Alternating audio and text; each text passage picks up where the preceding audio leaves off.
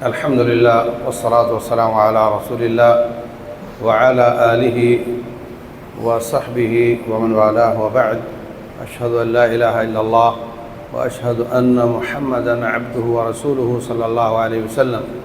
أعوذ بالله من الشيطان الرجيم. قال الله عز وجل وكذلك جعلناكم أمة وسطا. ایسے ہی ہم نے آپ کو وسط امت بنایا ہے. وسط وہ ہوتا ہے جو افراط اور تفرید سے بچا ہوا ہو. افراط اور تفرید سے بچا ہوا ہو. کوئی بھی کام ہو اس میں افراط و تفرید انسان کو بجائے فائدے کے نقصان دے دیتی ہے. ڈاکٹر صاحب نے ایک ایک گولی کھانے کا کہا تھا، اب تین تین کھاؤ تو یہ افراط ہے، اور آپ ایک بھی نہ کھاؤ یہ تفرید ہے. تو آپ جانتے ہیں اس کا نتیجہ کیا نکلنا ہے.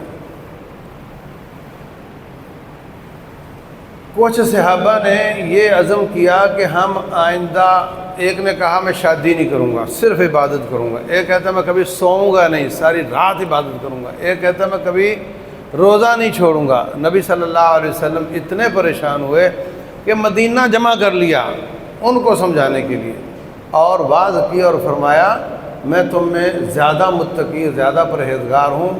انا اتقاکم و اخشاکم للہ. اس کے باوجود میں شادیاں بھی کرتا ہوں، سوتا بھی ہوں، روزے چھوڑتا بھی ہوں.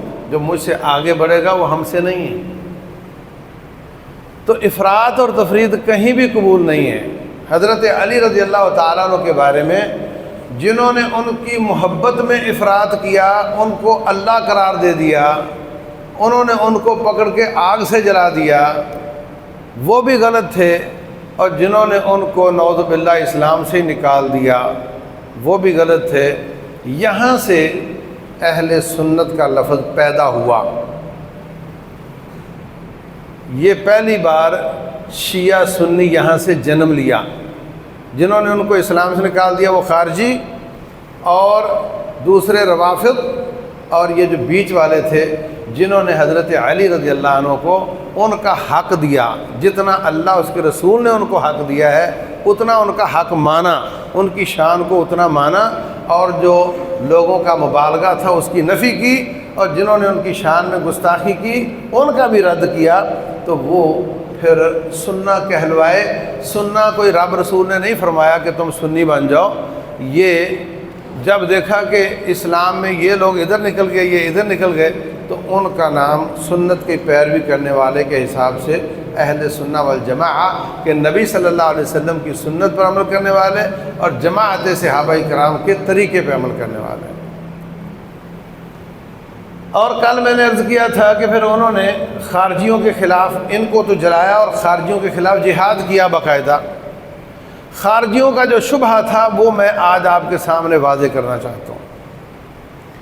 دیکھو، وہ غلطی کو گناہ کو کبیرہ اور کبیرہ کو واجب القتل بنا دیتے تھے.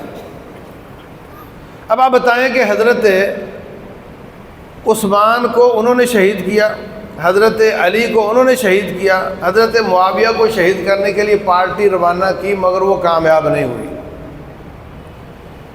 یہ کس چیز کا انتقام لیتے تھے ان پاک باز لوگوں سے؟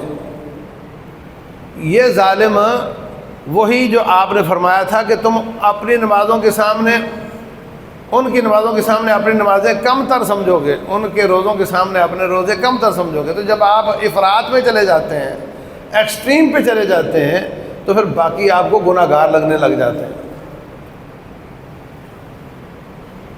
تو کوئی شخص گناہ کر لے، حتیٰ کہ کفر کا ارتکاب کر لے، اس کے لیے 4 عذر ہوتے ہیں. اگر ان میں سے کوئی ایک پایا جائے تو اس پر کفر کا فتویٰ نہیں لگتا. کام اس نے کفر والا کیا ہے.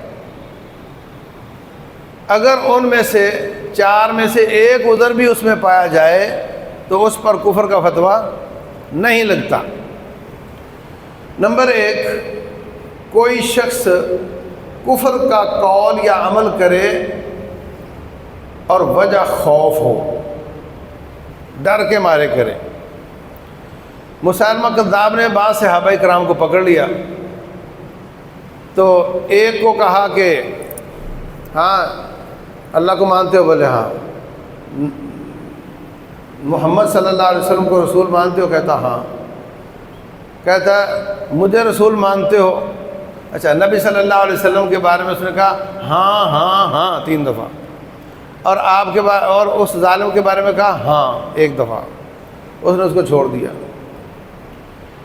دوسرے صحابی کو یہی سوال کیا، تو جب اس نے کہا میرے بارے میں، تو کہتا ہے مجھے سنتا ہی کچھ نہیں، میں بہرا ہوں۔ اس نے کہا میں کہہ رہا ہوں مجھے رسول مانتے ہو؟ کہتا ہے میں بہرا ہوں، مجھے کچھ نہیں سنتا۔ اس نے ان کی گردن کاٹ دی۔ تو رسول اللہ صلی اللہ علیہ وسلم نے فرمایا اس نے اللہ کی دی ہوئی رخصت کو لے لیا جو بچ گیا، کیونکہ اس نے دل سے نہیں کہا تھا، اور دوسرا وہ عزیمت پہ کھڑا ہوا اور اس نے شہادت پا لی۔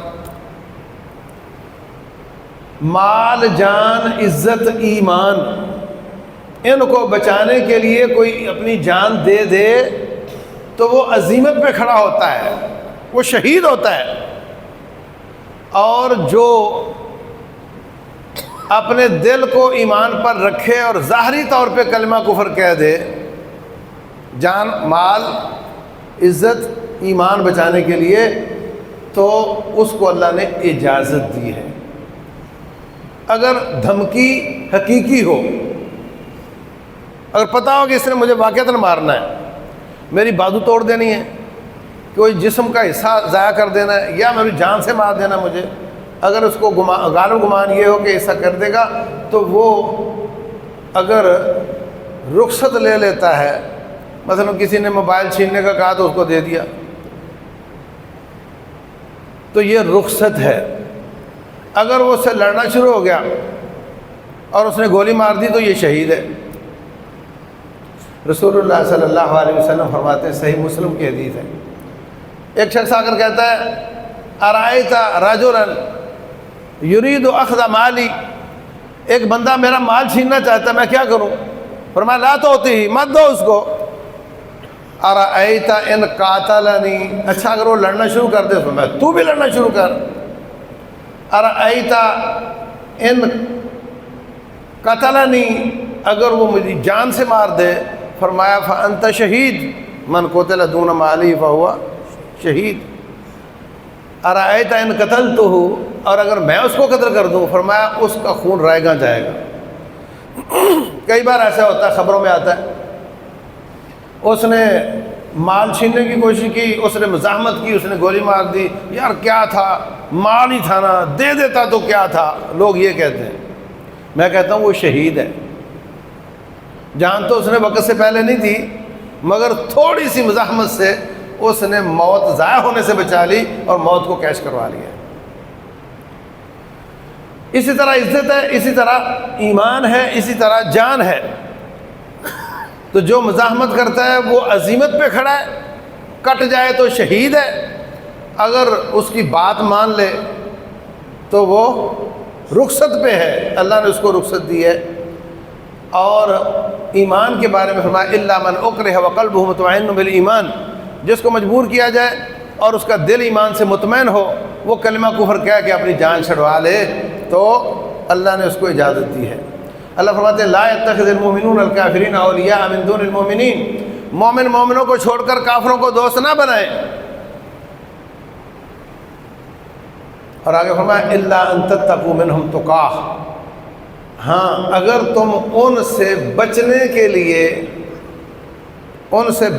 لیے ان کو دوست بناتے ہو تو میں رب تمہیں اس کی اجازت دیتا ہوں۔ الا ان تتقوا منهم تقاۃ، پاکستان نے جب دیکھا کہ 61 ملکوں نے حملے کی دھمکی دے دی ہے کہ ہم انڈیا کو بیس کیمپ بنائیں گے اور حملہ کریں گے پاکستان اور افغانستان پر، تو میں نہیں کہتا کہ یہ اجتہاد سچا تھا، صحیح تھا، یا اس سے اچھا آپشن کوئی نہیں تھا، میں یہ نہیں کہتا، لیکن جو فوج نے کیا وہ یہ تھا کہ رات 2 بجے مشرف نے کہا ہم تمہارے ساتھ ہیں اور ہم پاکستان کو بیس بنا کر افغانستان پہ حملہ کریں گے۔ خیال یہ تھا کہ اگر انڈیا تو پہلے کیڑ نکالنا چاہتا ہے اپنی، وہ تو خود ہی مارنا چاہتا ہے ہمیں، اوپر سے 61 ملکوں کا اتحاد ساتھ دے گا تو ہمارا کیا بنے گا؟ ہمارے ساتھ تو دنیا میں کوئی بھی نہیں۔ اور اگر ہم بیس بن جائیں گے تو ہم جتنا ہو سکا بچا لیں گے۔ وہ کہتے تھے کہ تم یہ نہ دیکھو کہ فلاں دے دیا، فلاں عربی دے دیا، فلاں اجمی ان کو دے دیا پکڑ کر، یہ دیکھو کہ اگر وہ خود مارتے اور خود پکڑتے تو پھر وہ کتنے پکڑتے، اور یہ دیکھو کہ ہم نے بچائے کتنے۔ تو مقصد یہ ہے کہ دشمن کے خوف سے اس کی دوستی کا اظہار کرنا اور دل پکا ایمان پر رکھنا اور اندر سے ان کی جڑیں کاٹنا، یہ اس کی اللہ تعالیٰ اس آیت میں اجازت دے رہا ہے۔ اور ان کے لوگ بول بول کر کہتے ہیں، اس پہ ڈاکومنٹریاں بنا رہے ہیں سیکرٹ پاکستان کے نام سے، کہ ہماری افغانستان میں شکست کے پیچھے صرف اور صرف پاکستان ہے۔ تو نمبر 1، خوف کے مارے کلمہ کفر کہہ دے، یہ پہلا عذر ہے۔ اگر کلمہ کفر کہنے والا یہ کہے یا کافر سے دوستی لگانے والا یہ کہے کہ میں اکیلا ہوں، میرے ساتھ دنیا میں کوئی نہیں، اور میں بچنے کے لیے، تمہیں بچانے کے لیے ایسا کر رہا ہوں، ورنہ میرا دل ان کے ساتھ بالکل دوستی نہیں کرتا، میں ان کو دشمن سمجھتا ہوں، تو پھر اللہ اس کو گنجائش دیتا ہے۔ وہ سچا ہے تو دنیا میں بھی بچ جائے گا، آخرت میں بھی بچ جائے گا۔ اگر وہ جھوٹا ہے وہ دل سے ان کا دوست اور ہمیں اس طرح کا بہانہ بنا رہا ہے، تو پھر دنیا میں ہمارے فتوے سے بچ جائے گا، آخرت میں پکڑا جائے گا۔ نمبر 2، لالچ کی وجہ سے کوئی عمل کفر کر لے، لالچ کی وجہ سے وہ کہے کہ میں نے کام تو غلط ہی کیا ہے مگر لالچ میں آ کر کیا ہے، دل میرا مسلمانوں کے خلاف نہیں ہے، تو اگر سچا ہے تو پھر دنیا اور آخرت دونوں میں بچ جائے گا، جھوٹا ہے تو دنیا میں ہمارے فتوے سے بچ جائے گا، آخرت میں پکڑا جائے گا۔ دلیل اس کی حاتب بن ابی بلتع رضی اللہ تعالیٰ عنہ مکہ میں آئے، مکی نہیں تھے، مکہ میں آئے، مسلمان ہوئے، بچوں کو وہاں آباد کیا، اچانک ہجرت ہو گئی تو آ گئے۔ جب رسول اللہ صلی اللہ علیہ وسلم نے مکہ پر حملے کا پروگرام بنایا، انہوں نے ایک خط لکھ دیا مکے والوں کو کہ ہم آ رہے ہیں۔ اللہ تعالیٰ نے بتا دیا، نبی صلی اللہ علیہ وسلم نے حضرت علی اور غالباً حضرت زبیر کو بھیجا کہ جاؤ روضہ خاک جگہ پر پہنچو گے تو وہاں ایک عورت گزر رہی ہوگی، اس کے پاس وہ رکا ہے، لے کر آؤ۔ وہ لے کر آئے، دیکھا ہوا حاتب بن ابی بلتع نے راز فاش کر دیا میرے نبی کا صلی اللہ علیہ وسلم۔ ابھی بھی خطرناک بات ہے یہ، یعنی دشمن کو پتا ہو کہ یہاں سے انہوں نے گزرنا ہے تو وہ گھات لگا کر کوئی بھی نقصان کر سکتے ہیں، نبی صلی اللہ علیہ وسلم کا نقصان ہو سکتا ہے، ان کے ساتھیوں کا ہو سکتا ہے، تو بڑی خطرناک بات تھی۔ راز فاش کرنا، جاسوسی کرنا، یہ بیعت کی بغاوت ہے، یہ اس کی سزا قتل ہے۔ آپ نے جمع کر لیا، پوچھا حاتب یہ کیا ہے؟ کہا حضرت جلدی نہ کرنا، کئی بیچ میں سے بول رہے ہیں، کہتے ہیں بس جی چھوڑیں، ہم اس کی گردن کاٹتے ہیں منافق کی۔ آپ نے فرمایا اس کو عذر پیش کرنے دو۔ انہوں نے کہا دیکھیں آپ لوگ ہجرت کر کے آ گئے ہیں، آپ کے بیوی بچے ادھر ہیں، بچوں کا نانا بھی ادھر ہے، دادا بھی ادھر ہے، چاچا بھی ادھر ہے، تایا بھی ادھر ہے، ماں بھی ادھر ہے، تو بچوں کو میرے آنے سے آپ کے آنے سے اتنا فرق نہیں پڑتا، لیکن میں آیا ہوں بچوں کو چھوڑ کر، میرا وہاں کوئی بھی نہیں ہے، تو میں اس لالچ میں آ گیا کہ میں ان کو ایک خط لکھ دوں تو وہ میرے بچوں کی حفاظت کریں گے، کیونکہ ان کا وہاں کوئی بھی نہیں ہے، ورنہ میں نہ کافر ہوا ہوں اور نہ میں باغی ہوا ہوں۔ تو رسول اللہ صلی اللہ علیہ وسلم نے ان کا عذر قبول فرمایا اور ان پر نہ کفر کا فتویٰ لگایا اور نہ ان کو سزا دی۔ کام غلط کیا ہے، کفر کا کام کیا ہے، مگر ان کا عذر قبول ہو گیا۔ نمبر 3، جو شخص کلمہ کفر یا عمل کفر کرے اور وہ اپنے حساب سے عمل کفر نہ کر رہا ہو، یعنی اس کی وہ تعویل کر رہا ہو۔ دلیل اس کی ہے صحیح بخاری کے آخر میں یا کتاب التفسیر کے غالباً آخر میں ہے کہ حضرت عبداللہ بن مسعود رضی اللہ تعالیٰ عنہ وہ سورہ فلق اور ناس کو قرآن کا حصہ نہیں مانتے تھے۔ وہ کہتے تھے کہ یہ دم بن کر نازل ہوئی تھی، نبی صلی اللہ علیہ وسلم پر جادو ہوا تھا، اس کے علاج کے طور پہ نازل ہوئی تھی، یہ بطور قرآن نازل نہیں ہوئی تھی۔ تو آپ جانتے ہیں قرآن کی ایک آیت کا انکار کفر ہے، مگر وہ تعویل کر رہے ہیں، آئی تھیں آسمان سے ہی آئی تھی مگر بطور قرآن نہیں آئی تھی۔ تو ان پر کسی نے یہ فتویٰ لگانے کی ہمت نہیں کی، کیونکہ وہ تعویل کر رہے ہیں اور وہ انکار اس معنی میں نہیں کر رہے۔ نمبر 4، جو عمل کفر یا قول کفر کرے اور وجہ اس کی لا علمی ہو، لا علمی ہو، جب اس کو بتا دیا جائے تو وہ مان جائے، تو اس عمل پر بھی فتویٰ نہیں لگتا۔ اس کی دلیل حضرت ہشام رضی اللہ تعالیٰ عنہ سورہ فرقان پڑھ رہے ہیں نماز میں، اور حضرت عمر بن خطاب سن رہے ہیں، اور وہ اس قبیلے کے لہجے میں پڑھ رہے ہیں جس کا لہجہ حضرت عمر کو معلوم نہیں۔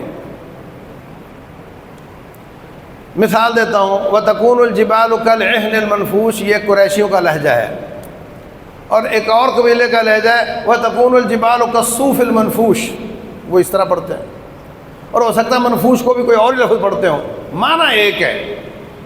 اسلام نے 7 قبیلوں کو اپنے اپنے لہجے میں قرآن پڑھنے کی اجازت دی۔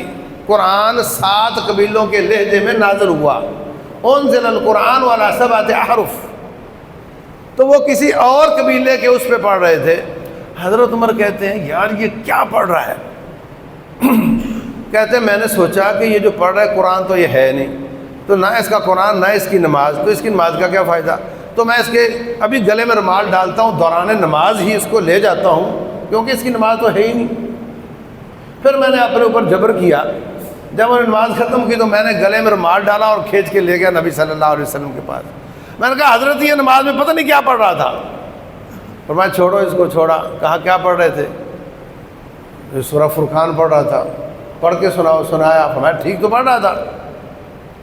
عمر آپ پڑھیں یہی صورت، انہوں نے پڑھی تو کہا آپ بھی ٹھیک پڑھ رہے ہیں، انزل القرآن علی 7 احرف۔ تو حضرت عمر نے لا علمی میں ان کے قرآن کا انکار کیا، اور ان پر لا علمی کی وجہ سے کوئی فتویٰ نہیں لگتا۔ تو خوف کی وجہ سے، لالچ کی وجہ سے، تعویل کی وجہ سے، یا لا علمی کی وجہ سے کوئی شخص کلمہ کفر یا عمل کفر کر بیٹھتا ہے، علماء اس چھاننی سے اس کو گزارتے ہیں، علماء اس نظر سے اس کو دیکھتے ہیں، اس پر اتمام حجت کرتے ہیں۔ اگر یہ عذر نہ پائے جائیں اور اس میں بغاوت پائی جائے اور اس میں اپنے کفر پر وہ اڑ چکا ہو اور وہ بازی نہ آئے، تو پھر وہ اس پر کفر کا فتویٰ لگاتے ہیں۔ لیکن جاہل جب فتوے لگاتا ہے تو وہ ان چیزوں کا نہ خیال کرتا ہے، اور نہ اس کو ان چیزوں کا پتہ ہوتا ہے، نہ علم ہوتا ہے، نہ وہ اتمام حجت کر سکتا ہے، نہ اس کو سمجھا سکتا ہے، اور وہ بند کمرے میں بیٹھ کر فتوے لگاتا چلا جاتا ہے۔ اور حضرت علی پر بھی فتوے لگا دیے ظالموں نے، اور آج بھی حکمرانوں پر دنیا میں فتوے لگتے ہیں۔ یہ بیچارے ان حضرت عثمان اور علی کے مقابلے میں کیا حیثیت رکھتے ہیں، جو کہ بے شمار گناہوں کے پتلے ہیں، ان پر فتوے لگانا تو کوئی مشکل کام ہی نہیں ہے، اور وہ فتوے لگا کر لوگوں کو پھر کہتے ہیں کہ ان کے خلاف کھڑے ہو، پھر وہ ان کو تیار کرتے، پھر جیکٹیں بانٹتے، اور پھر جگہ جگہ مسلمانوں کو قتل کرتے نظر آتے ہیں۔ اللہ تبارک و تعالی ہدایت عطا فرمائے۔ یہ کام علماء کا ہے، عوام کا نہیں ہے، اور فتوے لگانا علماء کا کام ہے، اور پھر اگر وہ واجب القتل ہو تو قتل کرنا حکمرانوں کا کام ہے، عوام کا کوئی اس میں کام نہیں ہے۔ اللہ تعالی سمجھنے اور عمل کرنے کی توفیق عطا فرمائے۔